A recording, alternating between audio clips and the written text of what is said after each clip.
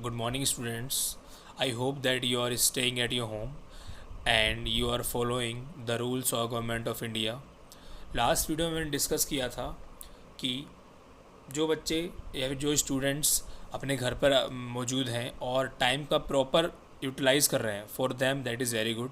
जो यूटिलाइज़ नहीं कर रहे हैं, प्लीज़ आप यूटिलाइज़ करना चालू कर दीजिए. ये काफ़ी अच्छा टाइम है, काफ़ी अच्छा टाइम है आपकी हॉबीज़ को और अच्छा करने के लिए. सपोज़ किसी को कुकिंग करना पसंद है तो कुकिंग करना स्टार्ट कर दे. किसी को अपनी बॉडी पे वर्कआउट करना है तो अपनी बॉडी पे वर्कआउट करना चालू कर दे. या फिर किसी को अपनी फैमिली के साथ टाइम स्पेंड करना है, जो कि टाइम स्पेंड नहीं कर पा रहा था, तो वो अपनी फैमिली के साथ टाइम स्पेंड करे, वो अपने पेरेंट्स से बातें करे, अपनी बातें शेयर करे. तो इसी के साथ ही अपन टॉपिक पर आते हैं. आज का जो टॉपिक है अपना वो है रैपिड सैंड फिल्टर. क्लास में मैंने बताया था कि कुछ टॉपिक्स होंगे जो कि लास्ट में कवर अप कराऊंगा मैं. तो रैपिड सैंड फिल्टर से पहले अपन ने स्लो सैंड फिल्टर पढ़ा था.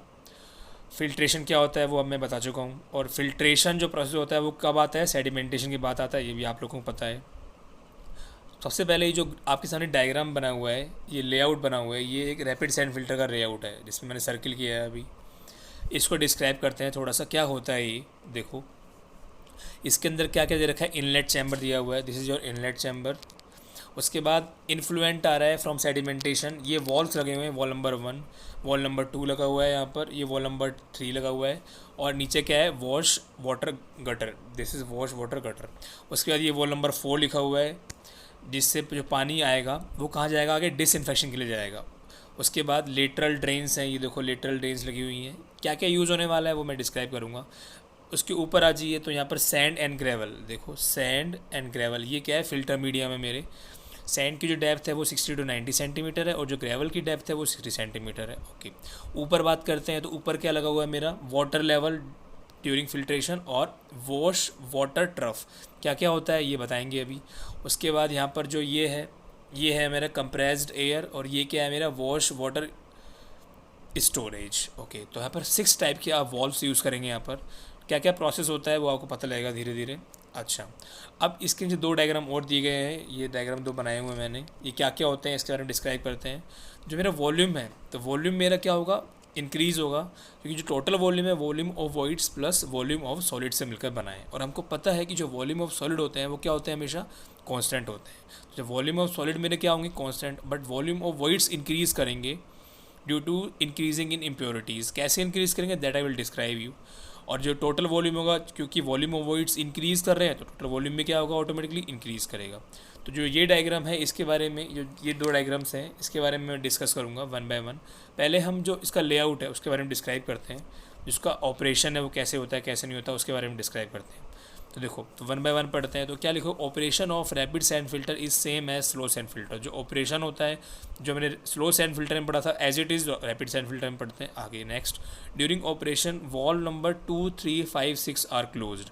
अब देखिए, जब फिल्ट्रेशन चल रहा है तो valve number 2, this is valve number 2, this is valve number 3, this is valve number 5 and this is valve number 6, ये क्या होंगे मेरे, क्लोज होंगे. And valve number 1 and 4 are open. तो वॉल नंबर 1 and 4 कौन कौन से हैं, ये 1 है और ये नंबर 4 है, ये मेरे क्या रहेंगे, ओपन रहेंगे. क्यों रहेंगे, देखो इसका reason, open whereas settle water is, whereas इसमें क्या लिखो, settle water is felt into the filter through the valve number 1 and filter water is collected through valve number 4. अब देखो, आफ्टर सेडिमेंटेशन जो मेरा पानी आ रहा है वो कहाँ से आएगा, वो मेरा वॉल नंबर 1 से आएगा, दिस इज़ इन्फ्लुएंट.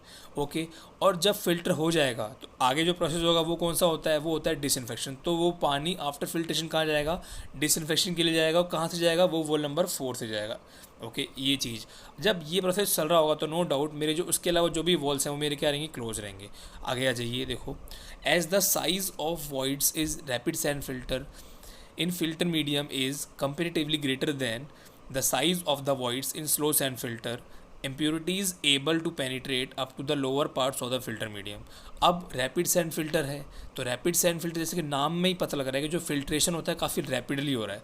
अब जब फिल्ट्रेशन मेरा रैपिडली हो रहा है इसका मतलब जो मेरा फिल्टर मीडियम होगा, और फिल्टर मीडियम में जो वॉइड्स होंगे वो क्या होंगे, बड़े होंगे. किसके कंपेयर में, स्लो सैंड फिल्टर के कंपेयर में. जब भी हम कंपेयर करेंगे रैपिड सैंड फिल्टर के पैरामीटर्स का, हमेशा वी विल कंपेयर किससे, जब भी कंपेयर करेंगे हमेशा हम स्लो सैंड फिल्टर के पैरामीटर से कंपेयर करेंगे. तो इसके अंदर जैसा कि नाम में इसके शो हो रहा है कि रैपिड सैंड फिल्टर, तो इस जो फिल्ट्रेशन हो रहा है वो काफ़ी रैपिडली हो रहा है। और रैपिडली क्यों होगा? क्योंकि जो वॉइड्स हैं फिल्टर मीडियम के वो क्या होंगे? बड़े होंगे compare to slow sand filter. Okay, अब इसके अंदर नेक्स्ट आ जाइए, आए क्या है इसके अंदर देखिए, hence surface cleaning alone is not sufficient in this case and is being accompanied by backwashing। अब इसके अंदर क्या होता है, इसके अंदर एक चीज़ क्या क्या बताना चाह रहा हूँ मैं, इसके अंदर सरफेस क्लीनिंग से ही प्रोसेस कंप्लीट नहीं होता। जैसा कि हमने स्लो सैंड फिल्टर में पढ़ा था कि सरफेस क्लीनिंग से ही हमारा क्लीनिंग हो जाती है, लेकिन इसके अंदर क्या होता है, वॉइड्स बहुत ज़्यादा बड़े हैं, तो जो इम्प्योरिटीज़ होती हैं वो बॉटम में भी बैठ जाती है। तो बॉटम की जो इम्प्योरिटीज़ हैं उनको मुझे रिमूव करना है, तो मुझे सरफेस क्लीनिंग के साथ साथ एक बैक वॉशिंग प्रोसेस होता है, उसको भी यहाँ पर क्या करना पड़ता है, ऑपरेट करना पड़ता है। और बैक वॉशिंग प्रोसेस बहुत इंपॉर्टेंट है इन रैपिड सैंड फिल्टर। एग्जाम्स में बैक वॉशिंग प्रोसेस के थ्रू काफ़ी सारे क्वेश्चन पूछे जाते हैं। नेक्स्ट क्या बोला हुआ है, during back washing valve number 1 and 4 are close. अब जब बैक वॉशिंग हो रही है, बैक वॉशिंग का मतलब क्या है कि पानी उल्टा आ रहा है। पानी किस टाइप से आ रहा है? पानी यहाँ से आ रहा है, ये देखो वॉश वाटर स्टोर, पानी कुछ इस टाइप से आएगा।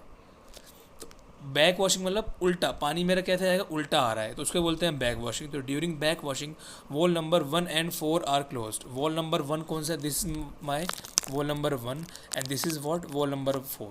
तो जब पानी उल्टा आ रहा है तो मेरा जो वॉल नंबर 1 है और मेरा वॉल नंबर 4 है वो क्या रहेगा? मेरा क्लोज रहेगा, नो डाउट, क्योंकि वॉल नंबर 1 से क्या आ रहा था, मेरा पानी मेरा सेडिमेंटेशन से आ रहा था, और वॉल नंबर 4 क्या है, मेरा पानी कहाँ जा रहा है? डिसइंफेक्शन में जा रहा है। तो इस टाइम जो पानी आएगा बैक वॉशिंग के थ्रू, वो पानी ना तो वॉल नंबर 4 के थ्रू जाना चाहिए क्योंकि वो पानी गंदा है, और वो पानी ना ही वॉल नंबर 1 के थ्रू जाना चाहिए क्योंकि वही पानी गंदा है।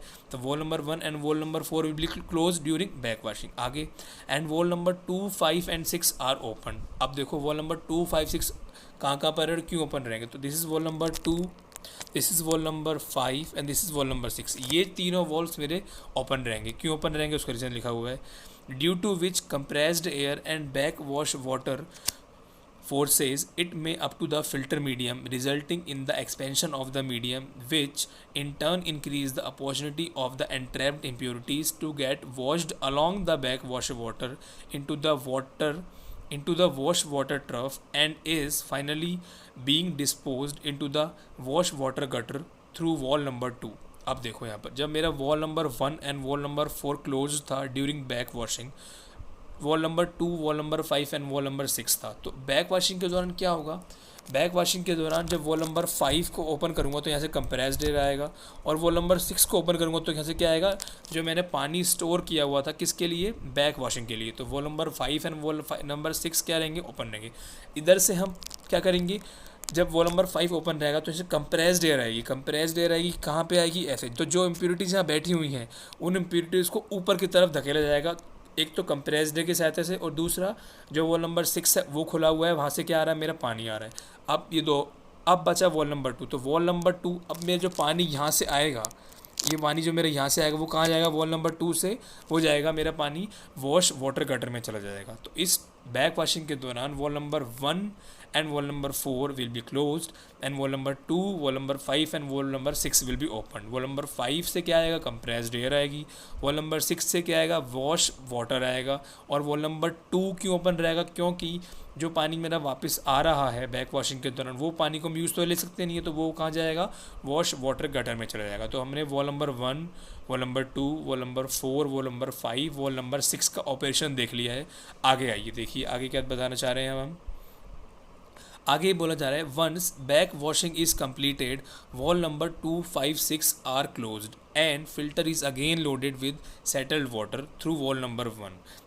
तो अब इसने क्या बोला कि जैसे ही बैक वॉशिंग कंप्लीट हो गई, तो बैक वॉशिंग कंप्लीट होने के साथ साथ 2, 5 और 6 क्या कर दूंगा? मैं क्लोज कर दूंगा, जैसा कि लिखा हुआ है इसके अंदर 2, 5, 6 and close and filter is again loaded with settled water. अब जब बैक वॉशिंग कंप्लीट हो गई है तो वापस से फिल्टर को लोड करूँगा मैं सेटल्ड वाटर के दौरान। ओके, तो 2, 5, 6 are close and filter is again loaded with settled water through valve number 1। Valve number 1 after sedimentation के तो पानी आ रहा था, but filter water is not use and disposed into the wash water gutter through valve number 3।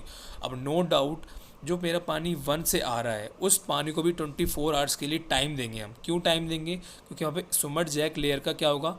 निर्माण होगा, जैसा कि हमने स्लो सैंड फिल्टर में बताया था। तो उस 24 आवर्स के लिए जो पानी मेरा आ रहा है, उस 24 आवर्स के लिए जो मेरा पानी आ रहा है उसको भी हम डिसइंफेक्शन के लिए आगे नहीं भेजेंगे, क्योंकि उस 24 आवर्स में भी क्या होगा, जो मेरा सुमरजैक लेयर थी जिसके बारे में मैंने स्लो सैंड फिल्टर में डिस्क्राइब किया था, जितनी भी बायोलॉजिकल एक्टिविटीज़ चलती हैं वो सुमरजैक लेयर के अंदर चलती हैं। ओके, अगर आपको याद नहीं आ रहा है तो एक बार आप स्लो सैंड फिल्टर के अंदर जाकर सुमरजैक लेयर के बारे में पढ़ना। ओके, वही लिखा हुआ है, देखिए वापस से एक बार देखते हैं इसको। Disposed into wash water gutter through valve number 3 as sufficient time is provided for regrowth of schmutzdecke and removal of leftover entrapped impurities. कुछ इम्प्योरिटीज़ बची रह जाती है तो उनका भी रिमूवल इंपॉर्टेंट होता है। मेन जो हमारा फंक्शन है वॉल नंबर 3 का वो यही है कि जो सुमरजैक लेयर है वो उस टाइम क्या होगी, वहाँ पर रीग्रोथ होगा सुमरजैक लेयर का, क्योंकि सारा जो प्रोसेस चलता है फिल्ट्रेशन का, बताया था मैंने स्लो सैंड फिल्टर के अंदर, वो कहाँ चलता है, सुमरजैक लेयर में चलता है। बायोलॉजिकल एक्टिविटीज़ कहाँ चलती हैं, सुमरजैक लेयर में चलती हैं। ओके, अब इसके अंदर एक बार आ गया जी, क्या बोला गया आगे, एक बार आगे बोल रहे हैं, the entire process of back washing is completed in to the 15 to 30 minutes. तो जो पूरा प्रोसेस होता है बैक वॉशिंग का वो 15 से 30 मिनट से कंप्लीट होता है। अब डिज़ाइन पैरामीटर्स आएंगे, कितना टाइम होना चाहिए, कितना फिल्ट्रेशन रेट होना चाहिए, वो उसके बारे में हम बताना चाह रहे हैं। आगे आइए, frequency of back washing is 24 to 48 hours. जो बैक वॉशिंग फ्रीक्वेंसी है वो 24 to 48 आवर्स होती है। The amount of water required for back washing is 2 to 5% of the water to be treated by the filter in a day. बहुत important line है ये, इस पर क्वेश्चंस काफ़ी आते हैं, इसको आप कंप्लीटली नोट कर लेना। इसमें क्या बोलना चाह रहा है, इसमें ये बोलना चाह रहा है कि जो बैक वॉशिंग के लिए हम वाटर लेते हैं वो 2 to 5% होना चाहिए, किसका, जो पानी हम ट्रीट करने जा रहे हैं या फिर जो पानी हम फिल्टर करने जा रहे हैं उसका। उसके बाद rate of back washing is 15 to 90 centimetre पर मिनट, और नॉर्मली हम 45 सेंटीमीटर पर मिनट लेते हैं। जैसे मैंने स्लो सैंड फिल्टर के अंदर डिज़ाइन पैरामीटर्स लिखवाए थे, वैसे ही रैपिड सैंड फिल्टर के अंदर डिज़ाइन पैरामीटर्स हैं। एग्ज़ाम्स के अंदर एसएससी जेईई कि कन्वेंशनल में हो गया, फिर गेट के अंदर हो गया, या फिर ईएस कन्वेंशनल में हो गया, वहाँ पर रैपिड सैंड फिल्टर और स्लो सैंड फिल्टर के बारे में कंपैरिजन पूछ लिया जाता है। तो आपको इन दोनों के डिज़ाइन पैरामीटर्स का कंपैरिजन याद रखना है। आगे आ जाइए, आगे क्या बोल रहे हैं यहाँ पर देखो, रेट ऑफ बैक वॉशिंग पढ़ लिया। The above range is basis on the fact that back wash velocity should not be greater than settling velocity of smallest medium particle to be retained in the filter। अब ये बहुत important line है, इसमें बोलना चाह रहा है कि जो रेंज डिसाइड की गई है वो इस तरह से डिसाइड की गई है, जो मेरा बैक वॉश वेलोसिटी है should not be greater than settling velocity of smallest medium particle to be retained in the filter medium. इसके बारे में आगे डिस्क्राइब करूँगा जब मैं डिज़ाइनिंग पढ़ाऊँगा। ओके, नेक्स्ट पॉइंट पे आ जाइए। आगे बोलना चाह रहे, rate of filtration is 3000 to 6000 litre per metre square per hour. यहाँ पे देखो 1 घंटे में 1 मीटर स्क्वायर में 3000 से 6000 लीटर मेरा पानी क्या हो रहा है, फिल्टर हो रहा है। स्लो सैंड फिल्टर का कितना था, 2400 to 4800 litre per metre square per day. तो दोनों में डिफरेंस देख रहे हैं, वहाँ एक दिन में 1 मीटर स्क्वायर में 2400 से 4800 लीटर पानी मेरा फिल्टर हो रहा था। यहाँ पर 1 घंटे में 1 मीटर स्क्वायर में 3000 से 6000 लीटर का पानी जो मेरा वो क्या रहा है, फिल्टर हो रहा है, इसलिए इसको बोलते हैं रैपिड सैंड फिल्टर। ओके, तो एक चीज़ बताना भूल गया, जो इसके अंदर मीडियम पार्टिकल्स ले रहे हैं वो हम सैंड ले रहे हैं, और क्या ले रहे हैं, ग्रेवल्स ले रहे हैं। ग्रेवल्स का मेन काम बताया था आपको मैंने, सपोर्ट देना होता है, जो कि यहाँ पर भी हो रहा है। बस यहाँ पर वॉइड्स है वो क्या है, compare to slow sand filter से काफ़ी बड़े हैं। आगे देखिए, rate of back washing in the filters approximately 6 to 16 times more than the rate of filtration. मतलब जो रेट ऑफ बैक वॉशिंग होती है वो रेट ऑफ फिल्ट्रेशन से 6 to 16 टाइम्स होती है। After that flow through the filter during filtration is laminar. जब filtration process हो रहा है तो मेरा फ्लो लैमिनर होना चाहिए, और जब बैक वॉशिंग प्रोसेस हो रहा है तो मेरा फ्लो क्या होना चाहिए, ट्रांजिशन होना चाहिए। ट्रांजिशन फेज क्या होता है, ना तो लैमिनार होता है ना ही क्या होता है टर्बुलेंस। तो लैमिनार से ज़्यादा और टर्बुलेंस से कम। आगे आ जाइए, gravel layer in this filter are properly graded as distribution of backwashing water। Sorry वापस रिपीट करते हैं एक बार। gravel layer in this filter are properly graded as distribution of backwash water is critical। तो जो gravel layer है उसको properly grade किया जाता है, क्योंकि इस टाइम जो बैक वॉशिंग होता है, जो फिनोमिना बैक वॉशिंग का है वो काफ़ी क्रिटिकल होता है। ना तो उसके अंदर पुअरली ग्रेडेड कर सकते हैं, तो इसलिए हम उसके अंदर ना वेल ग्रेड कर सकते हैं, तो इसे प्रॉपरली ग्रेडेड वहाँ पर मटेरियल यूज़ किया जाता है, किसके लिए, बैक वॉशिंग के लिए। आगे आ जाइए, आगे क्या लिखा हुआ है इसके अंदर, and it takes place through gravel layer only. क्योंकि ग्रेवल लेयर के अंदर क्या है, हमारे वॉइड ज़्यादा है, तो वहीं से हमारा क्या होता है, बैक वॉशिंग का प्रोसेस चलता है। Size of each unit is in the range of 10 to 80 metre square. मतलब एक यूनिट का साइज़ होता है वहाँ से 10 to 80 मीटर स्क्वायर होता है। आगे depth of gravel layer is approximately 60 centimetre, जो कि मैंने डायग्राम में दिखाया था, वापस शो कर देते हैं एक बार आपके सामने। देखो तो ये रहा हमारा डेप्थ, दिस इज़ हमारा depth, this is depth of gravel layer, और इसके ऊपर ही क्या है हमारा डेप्थ ऑफ सैंड लेयर, ये दिखा दिया मैंने। ओके, अब इसके अंदर एक बार आगे आते हैं, क्या बताया हुआ है इसके अंदर, आगे आइए देखो। उसके बाद क्या बताया हुआ है इसके अंदर, depth of the filter medium is in the range of 60 to 90 centimetre. Okay, जो कि हमारा क्या था, सैंड का मीडियम है। Effective size of medium particle for example D10 बताया था, एलन हैजन ने इसका इन्वेंट किया था। इस एलन हैजन ने इफेक्टिव साइज इन्वेंट किया था, सॉइल के अंदर पड़ा होगा आप लोगों ने, जो कितना होना चाहिए 0.35 to 0.5 mm। इसका मतलब क्या हो गया, इस टाइप के पार्टिकल्स रैपिड डिजाइन फिल्टर में रिमूव हो पाएंगे। कोफिशिएंट ऑफ यूनिफॉर्मिटी जिसको हम CU से शो करते हैं, CU इक्वल टू D60/D10, इसकी वैल्यू 1.2 से 1.6 होना चाहिए। तो जो पैरामीटर्स आपने स्लो सैंड फिल्टर में पढ़े थे वही पैरामीटर्स आप रैपिड डिजाइन फिल्टर में पढ़ रहे हैं, बट उनकी जो वैल्यूज़ है वो क्या है, डिफर कर रही हैं। मिनिमम ऑफ 2 सच फिल्टर्स, अब देखो minimum of 2 such filters are required in the plant, 1 operational and 1 standby. हमेशा जब भी हम डिज़ाइन करेंगे एक फ़िल्टर स्टैंड बाय में रखेंगे। स्टैंड बाय क्यों काम में ले जाता है बता चुके हैं। सपोज़ करो आपके पास एक ऑपरेशनल चल रहा है, लेकिन अगर उसमें कुछ ना कुछ प्रॉब्लम आ गई है तो आप उसी टाइम फिल्टर ऐसा तो है नहीं कि आपने रोक दिया, तो एक स्टैंड बाय में रहेगा, एक एक्स्ट्रा में रहेगा, तो उसके दौरान उस स्टैंड बाय फिल्टर को हम काम में ले लेंगे। आगे आ जाइए, requirement the number of filter can be computed as follows. तो जो नंबर ऑफ फिल्टर्स हमको कंप्यूट करना है वो कैसे, तो उसमें एक फॉर्मूला है n इक्वल टू 1.22 रूट में अंडर रूट में क्यू क्या है, मेरा वो डिस्चार्ज है जो कि MLD में ले जाएगा। उसके बाद क्या है, bacterial removal efficiency of this filter is in the range of 80 to 90%, जो कि स्लो सैंड फिल्टर में काफ़ी ज़्यादा थी, पढ़ा होगा आपने।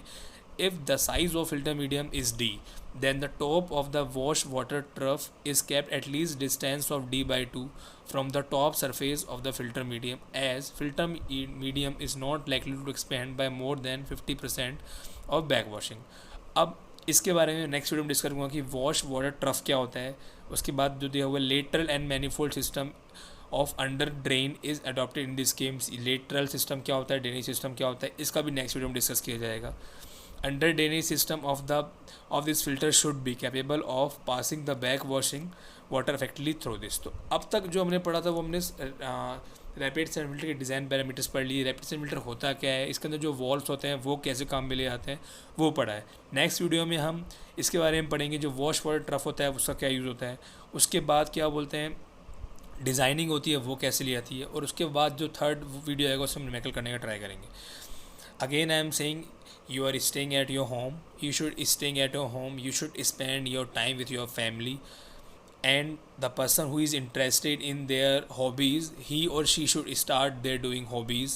okay, तब तक के लिए आप घर पे रहिए, खुश रहिए, और बेस्ट सबसे बढ़िया तरीका है कि अपना टाइम का यूटिलाइज़ कीजिए। ठीक है, थैंक यू वेरी मच।